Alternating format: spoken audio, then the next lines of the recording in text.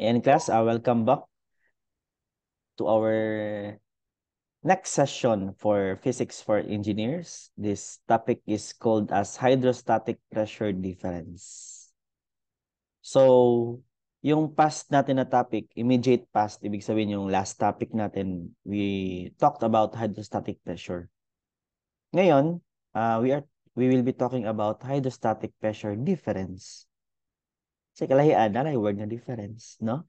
So, from the same type of fluid at equal depth, regardless of sizes and shapes of the container, hydrostatic pressure is equal. So, that was, ayan yung sinabi ko last time, di ba?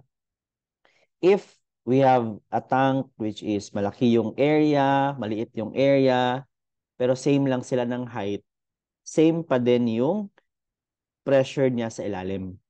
'Di ba? Pinakita din natin doon na we have derived the formula pressure is equivalent to weight density times height. 'Di ba?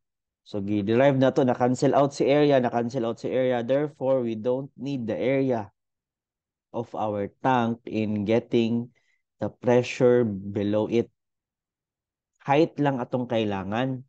So, with that, ko lang gunya. No, represent lang nato. For example, we have a tank na trapezoidal, tank na naka-cube. Cube nga ang edge. Smooth. Basta kay any container, yan yung ibig sabihin nito, no? So, we have container A, B, C. Our pressure at the bottom, di ba? Sa A, pressure at the bottom of our B and C are all equal. Given na ang height nila is equal. Yan yung sabi ko kanina. Ano lang. So, again, in order for us to get or to solve for the pressure at the bottom of the tank, we just need the weight density of the fluid inside and the height of that fluid. So, weight density times height. So, i-apply natin to class na concept kay Pascal. No? May sariling law si Pascal. Meron siyang discovery, kumbaga. If any external pressure is applied to a confined fluid, the pressure will be increased at every point in the fluid by the amount of external pressure. So, saan ba yung pinakamagandang example natin sa Pascal's law? Hydraulic press. Kailan mo hydraulic press? Kailan kung ginagamit sa inyong mga papa ka ng jack? Yan na niya. Tapos musaka. Napod sa mga kuan, mga ayuhanan o mga sakyanan, no? Mga shop. Di ba? Nalang sila ginapindot tapos musaka na ang sakyanan. It's called as hydraulic press. So, what is the mechanics? What is the concept behind hydraulic press? Nga nung gamay man kay siya nga device, it can carry, no? Yung mga mabibigat na bagay, tons, mga sakyanan, astang bugata, mga motor, astang bugata, anong kaya man niya paspaon. So, gigamitan na siya class og kay Pascal's law. Saan itong kay Pascal? Dahil, sabi niya, if you have a hydraulic press, kay prototype lang ni. Siyempre, para makita itong concept. If we have an area, no, small area, area 1, then a-applyan po natin ng, sa kabila is area 2, no, kung saan ilalagay yung ating sa ating platform, for example, yung motorcycle, yung car, then, no, mag-impose tayo or lalagyan po natin ng force. What will happen? Yung nasa loob dito, no? Yung force 1 dito, no? Mulusot ginaspikas, force 2. But what is the relationship between these forces? Ano yung kanyang pagka-convert to the other side? So, sabi dito sa Pascal's law, no, equal daw siya yung pressure inside. 'Di ba? Kahit na maliit dito, malaki dito, basta same sila og container, same yung pressure inside of that hydraulic press. So what will happen? No? Pag sabi natin kanina, pressure is equivalent to force over area. Sa kabila, same din.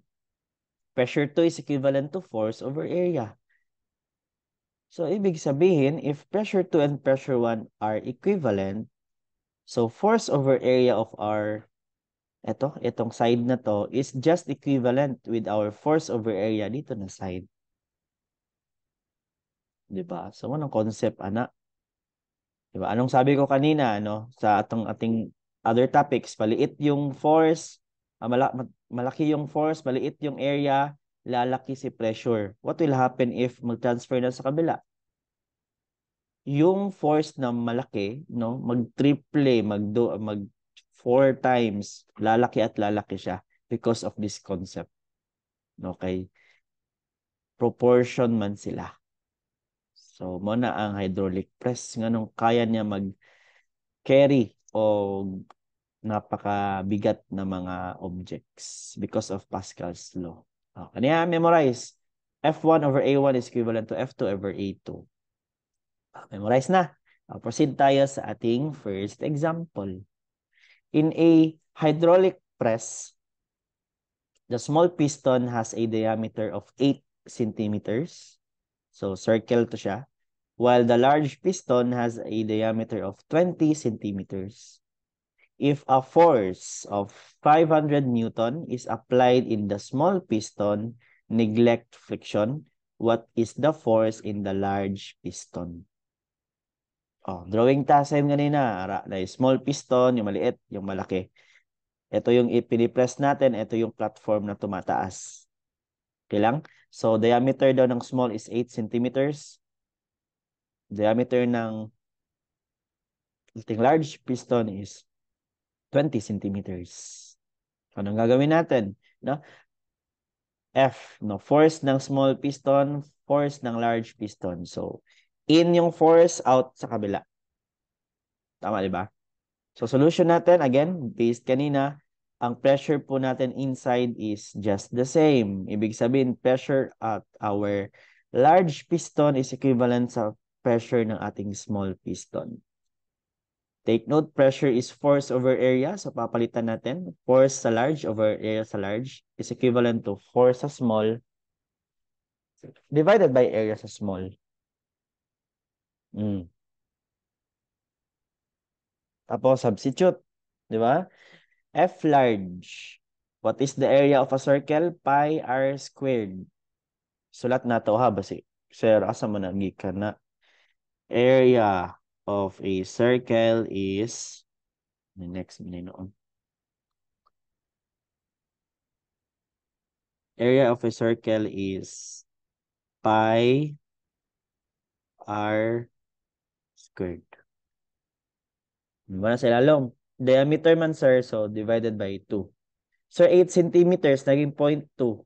No, take note, no? Convert lang na, class. Grabe, no? 8 centimeters times in every 1 meter, we have 100 centimeters. So, therefore, that is 0.08 meters. Ito sa kabila, 20 centimeters times 1 meter divided by 100 centimeters.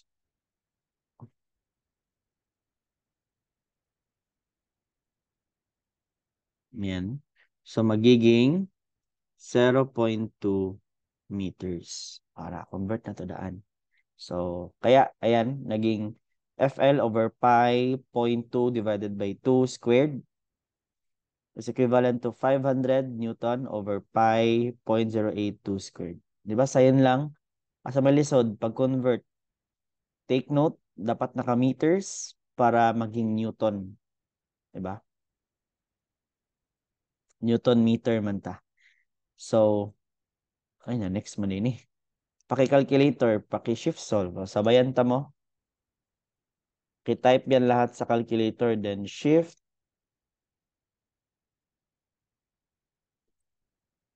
solve.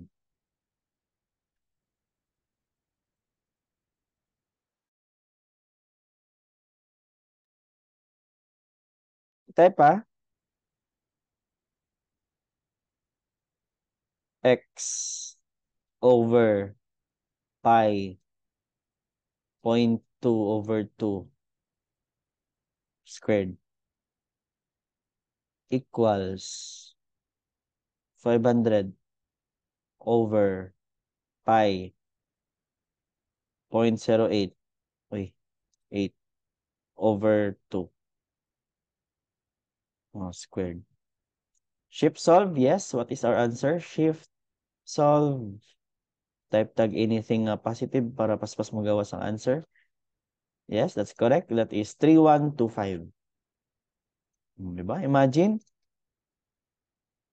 i-applyan lang ni mo 500 Newton, pero ang alsa niya sa pikas na imong 3125. Unya sa mga actual, mas gamay pag unang piston, ana. So, mo nang kaya gina i-carry because of our Pascal's law. That is our final answer. Ano? The wonders of physics. Kumbaga. Tanan ba? Tanan ginabuhat na to. Murag na ay physics. Okay. Sige. Proceed tayo sa ating next topic. So next class is, same pa din, no? Hydrostatic pressure difference pa rin tayo. So consider a column of fluid. So murag dugtungan lang nato tong concept kaganina. The fluid is considered to be at rest and in equilibrium. So ibig sabihin, no, wala siya ga-flow. At rest lang siya. And the forces must be in balance. The downward force will be due to pressure. Downward force. Natay P1, P bottom, natay weight. The force 1 sa taas. The weight of the fluid at the bottom of the column, the vertical force must be in equilibrium and it is due to the pressure at the bottom of the column. So force at the bottom or pressure. No? Forces man siya. Weight, force 1 for example lang na atmosphere sa taas, na gatulak sa taas. So dapat equivalent siya sa mga pasaka pod. That is force bottom or pressure sa bottom. So nakalagay dito, lahat ng downward forces must be the same with lahat ng upward forces. Siyempre. And then, in this, tawag dyan, in this figure, we have force 1 og weight, tapos sa baba is bottom.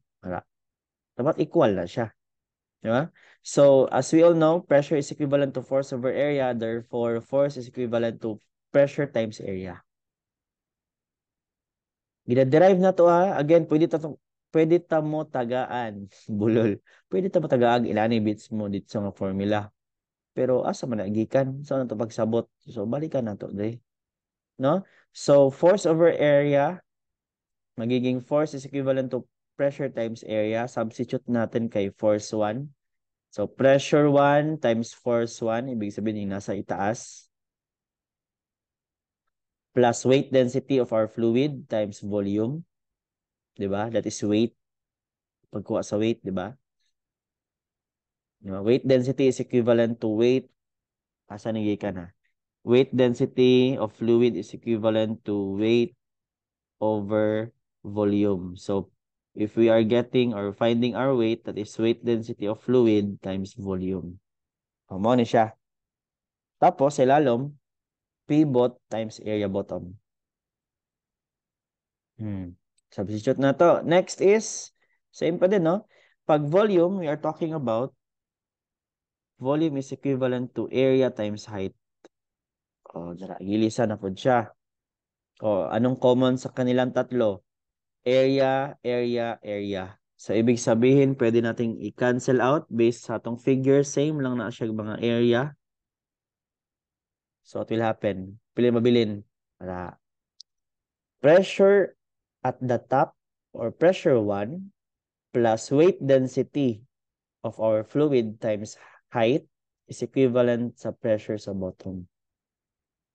Sir, kaganina sir, nani lang lagi? Oo. Kaya nga naman, wala may pressure nga gipatong. Kani siya class nga topic, what if meron tayong ilalagay sa itaas na outside force or outside pressure? So, sa daw itong buhatan, wala lang, literal, i-add lang daw nimo. Gipakita man pod ang ato ang derivation of formula. So, mula na itong buhaton, again, we just need to add yung weight density times height, then i-multiply natin or i-add natin sa pressure na nasa itaas ng gipatong. And that's it. Kaya lang, katong kaganina, do nga gila og P1. Di human na. Let's proceed with our, I think this will be our, di pa dahil. Taas pa dahil, no? So, a diver wants to operate 20 meters below the ocean surface. If the atmospheric pressure is at 100 kilopascal, find the pressure of the water at this depth. Consider specific gravity of seawater is 1.03. Arin na. Nagalo-halo na. So, unahon na to. Yes, unahon sa natong kuha siguro. No, unahin natin kunin yung ating weight density of our seawater. So, ang specific gravity natin, ayan, drawing sa nato. For example, natay tubig. Oh, serispesh siya ni Salom. No? Height of 20 meters. Ara, serispesh siya. Joke lang, oy. Example lang, good. So, we have a man, nag-dive siya og 20 meters. Diba? And again, this is the explanation kaya there are a lot, di man a lot, no? There are, yes, a lot of percentage, malaki yung percentage ng ocean that we cannot explore because of the pressure. Pressure force over area ba na, no? Mura kay gitulak ana pataas, pabalik. Di ba? Pila gud na kametros pababa. No, katong balita gud last year, di ba? Naguba ang katong nag-explore sa Titanic because of the pressure. So, pababa ng pababa, lumalaki ng lumalaki yung ating pressure. Anyway, so balik tayo dito. Height is 20 meters. Nag-dive siya. Di ka ba lumasalom? So, nag-dive siya 20 meters. Then, the atmospheric pressure is 100 kilopascal. Ibig sabihin, wala pa siya nag-dive. Kita ba? We are subjected to an atmospheric pressure. 101.325. Oh, memorize na. Pero kanay gihatag man mo itong gamiton. Pressure 1 at the top of the ocean daw, diri ang situation, 100 kilopascal. Nya, pangutana, find the pressure at this depth. So, yung hinahanap natin is pressure 2. Ayan, sa ilalim. Sa iyaha nga pressure. So, kung solving pa ni kaganina, weight density lang times height. 'Di ba? Pero karon naman siya 100 sa taas, i-plus lang. Literal, i-add lang nato. So therefore, first thing that we need to do is to solve for the weight density of our seawater. Diba? In getting our pressure 2, pressure 1, which is 100, plus weight density of our seawater times height. Kuhaon sa natong weight density sa water, which is topic natin last time. Ayaw kalimti kay prominti natin na gamiton. So specific gravity is equivalent to weight density of our salt water divided by weight density of our water. Kanang dili. Para pakitype sa GC, GC, sa chat box. What is the weight density of water? Sige na tagbalik-balik ani. And I hope that you can remember. Lipat na to sa PCAS. Weight density of our salt water is equivalent to specific gravity of salt water times weight density of our water. Ang pangutana, yes, pila? 9.81. So, ang advance maning isa. Si Tamayo, okay na. No? So, therefore, 9.81 times 1.03, what is the weight density of our salt water? Is 10.104. Anong ibig sabihin yan? Pag lumampas ng 1, yung ating specific gravity, mas mabigat siya sa ating pure na tubig. So, mas bugat si seawater kaysa kay water. Maunang pag maligo mo dagat, nganong manglutaw mo, no? Mas dense manggod ang seawater. Kung sa swimming pool, mulutaw magyapon ka, pero dili kaayo. Gamay lang. Pero pag seawater, no? Wanto na mulutaw po ito mag-floating sa seawater because its specific gravity is larger than 1. Testing kumulutaw ba ka sa oil? Di ba, lubog ka dito. Kay oil is 0.8 or gasoline is 0.85, di ba? So, di ka pwede magpa-floating. No? So, again, proceed tayo. So, P1 natin is 100 kilopascal plus 10.104 kilonewton times 20 meters. So, what is the pressure at this depth?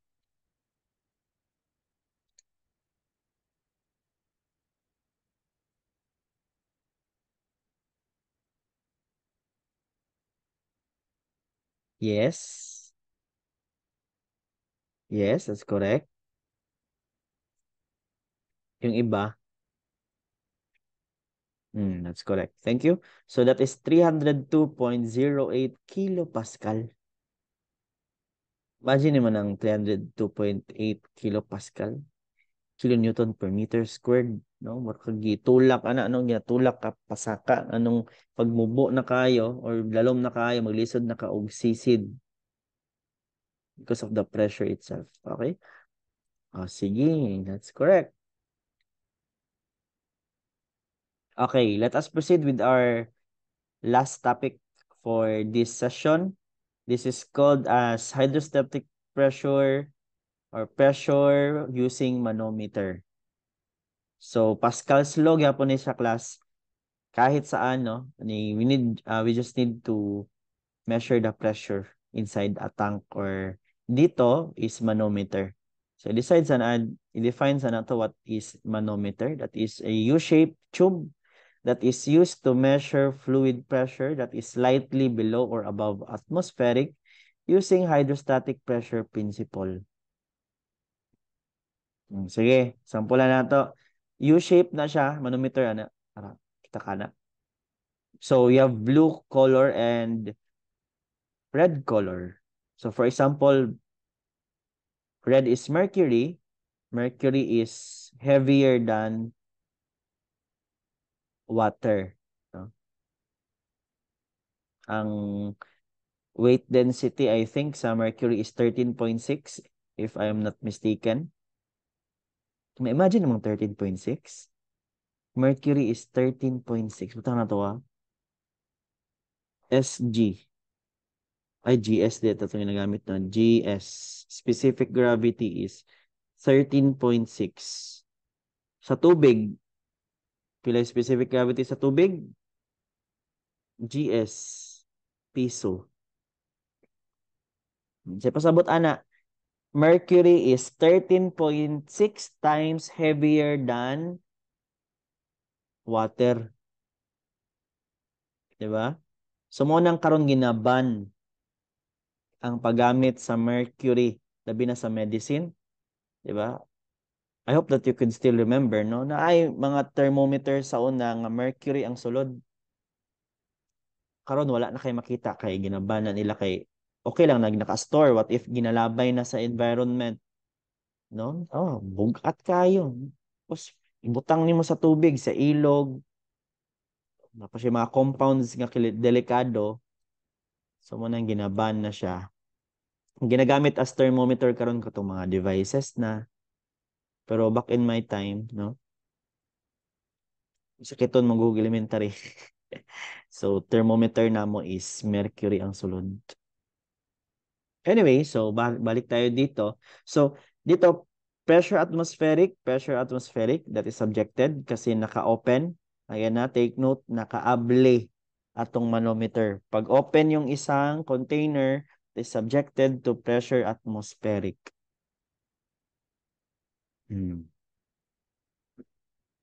Then, this one is, kumbaga, atong baseline or atong datum. Datum. Sir, dili sa ilalom kayo, pwede na naula. Dito lang ta kung asa siya magtupong. Anang sa may taas sa iyang U-shaped. O natong datum. So, with this one, no, pwede na to i-compare. We have height 2 and height 1. Isa dapat ilang relationship. No? Dapat the same. Pressure at 1 is equivalent sa pressure at 2. Ibig sabihin, weight density of our water must be equivalent to weight density of our mercury. Sir, pwede din na. Taas lagi ka iya, sir. Iya, mubo lang. Equal, yes. Bakit? Again, mercury is heavier than water. Murag gina-carry niya si tubig. Ka ninyo? Oh, so kinsa tong mas bugat, siya ang mas gamay og height kay gina-carry man niya ang isa. So, mo na concept no manometer. Weight density of H2O times height 1, weight density of Hg. Diba? Sa chemistry, Hg is mercury times height 2. O, proceed tayo. Question. Ato lang ha, kasayan.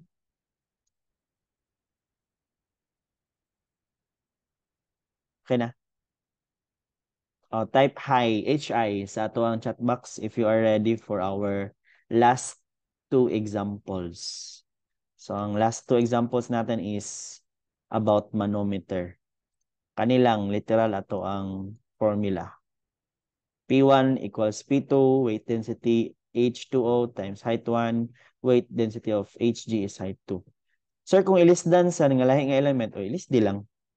Example, weight density of oil times height sa oil. Na ha? Dili man perminti mercury ang sulod. Example lang na. Okay? So let us proceed. Yes. Hello po. Hi sa ating lahat. Find the height of the mercury inside a YouTube manometer if the height of the water inside is 0.2 meters. Given specific gravity of mercury is 13.6. O drawing po ta ginagmay. Natay YouTube manometer. We have P atmospheric, P atmospheric. So equal lang, no? Pwede ma-cancel out. Pero lahi na ng situation class. For example, nakataklob ni Dri So siya lang subjected mo nang mag-add ka. Pero karing kay P atmospheric tsaka P atmospheric, pwede na nato na i-cancel out. Dili na to i-appeal sa solution. Ano ha? Pag open. This one is open. And this is also open. Kaya lahi ang kayimtang pag-close. I-add na nimo dapat si P atmospheric. Anyway, so H2O, sabi dito sa ating problem that is 0.2 meters. Then yung hinahanap natin is height ng mercury. Take note, no? Solution natin, we need first to solve, yes, for our weight density of mercury. Oh, maning formula. Weight density sa water, height sa water. Weight density sa mercury, height sa mercury.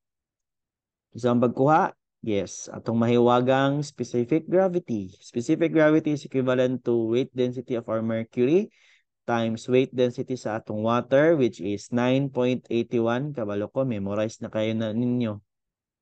Transfer natin sa kabila. Weight density of our mercury is equivalent to specific gravity times weight density of water. So that is 13.6 times 9.81. What is the weight density of mercury? Calculator.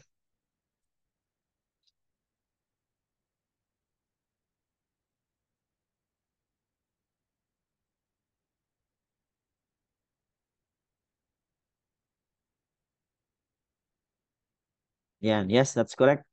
Again, habol yung iba ha. Even though na nalagay na natin yung answer, habol lang yapon mag-type. That is 133.416. Siyempre, that is not our answer. We need to substitute that one to our formula. 9.81 kilonewton per meter cube times 0.2 meter is equivalent to 133.416 kilonewton per meter cube times height of our mercury. Sabayan tamo, i-shift solve na to ni.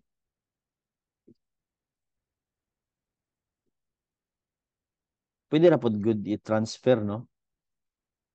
9.81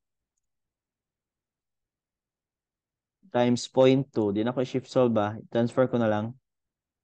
Etong 133.416 transfer ko to the other side. So, magiging divided by. So, divided by 133.416. Pero pwede na po chip solve ba kung kapuyan ka magbalhin. Yes, what is our answer?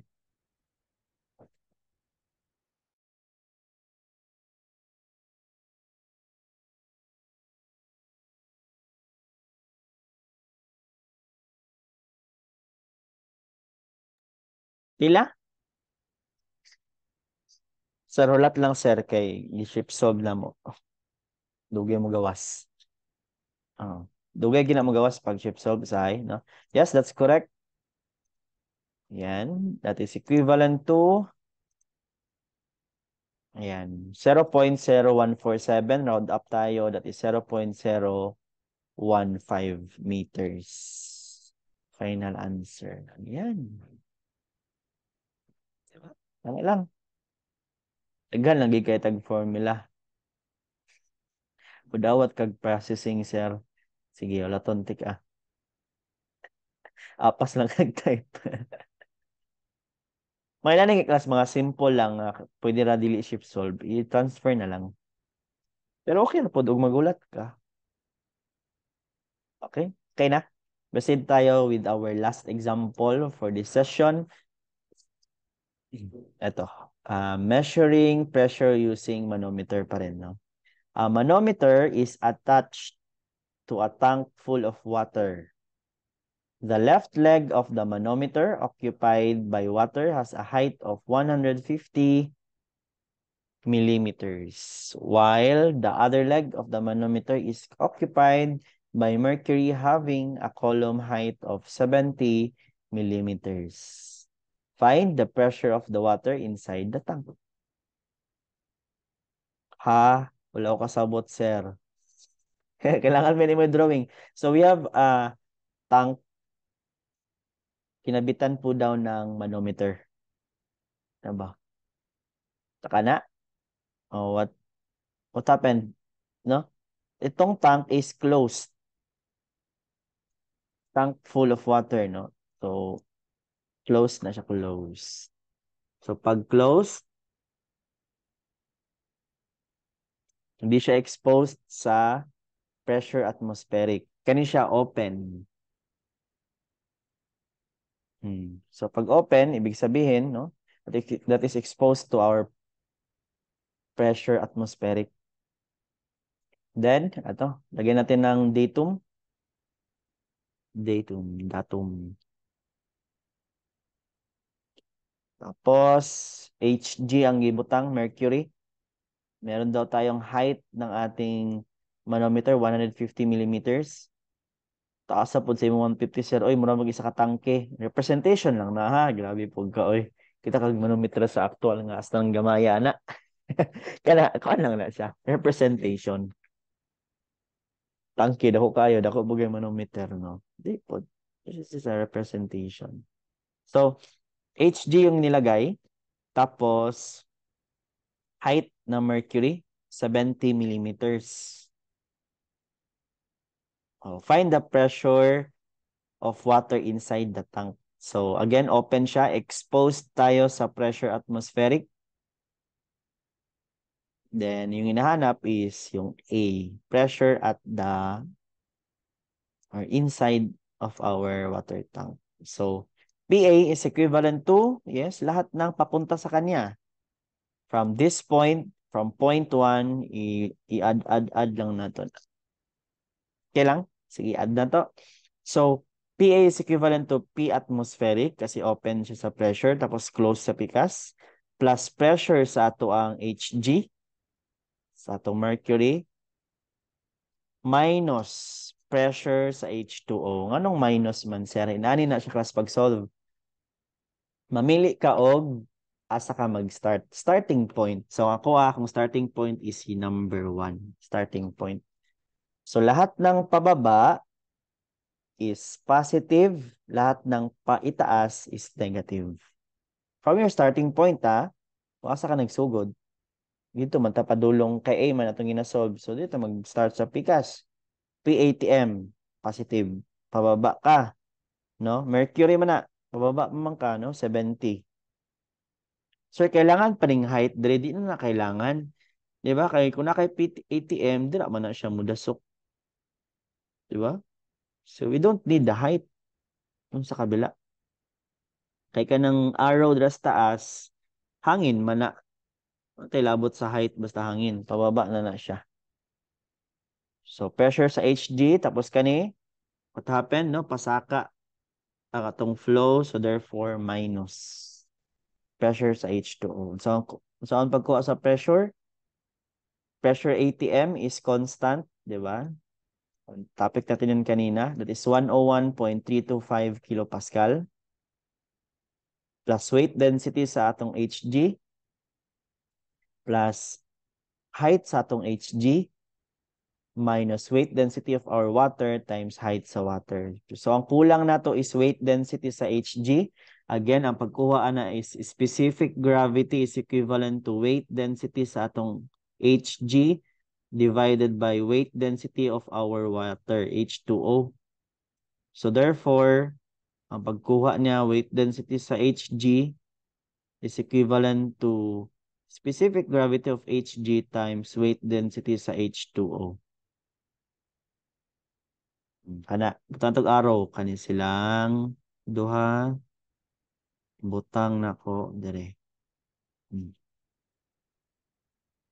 Okay lang. Pwede na sig taas nga solusyon, no? Araw na to.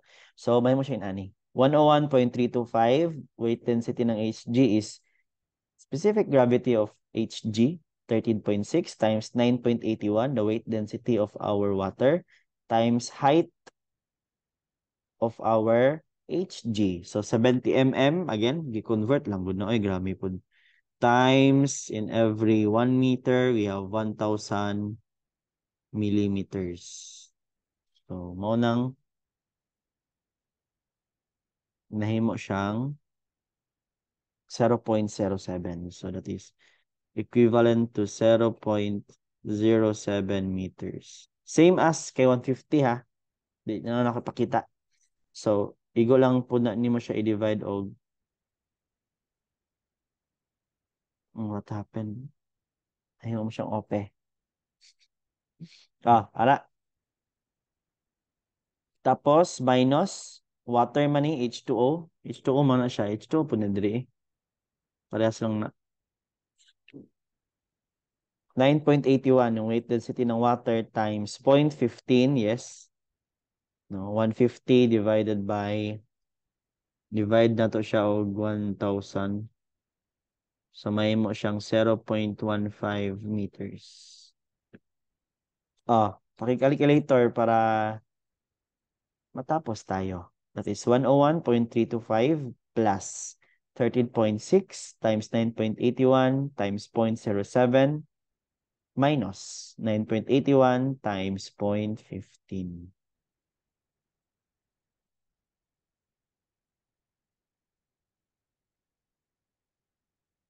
Pakitiman-an, pag open yung ating surface, may pressure atmospheric na i-add. Pag closed, walay i-add. Pag pababa yung motion, positive. Pag pasaka, negative. So yes, that's correct, everybody. That is 109.193. That is our final answer. Okay, sige. I-erase lang na ako niya kay kasalipod.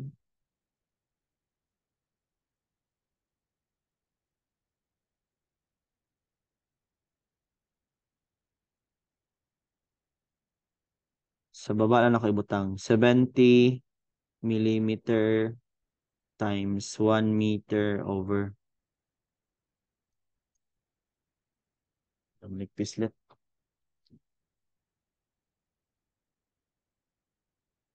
Wait lang, give me a second. Si maglibog mong mo. 1 meter over 1,000 millimeter. So that is 0.07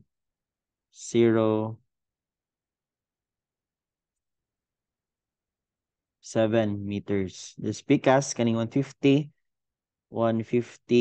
millimeter times 1 meter over 1,000 millimeter. So that is 0.15 meters. So, hantod rin, no? Nagya per conversion. Sa na lang di ka kabalo mag-convert. Dapat basic na lang kayo na sa inyo, ha? So, that's it. 109.193. That is the pressure inside the tank. So I think that's it. Do you have any questions? Again, thank you for listening. See you again sa ating other sessions. Goodbye.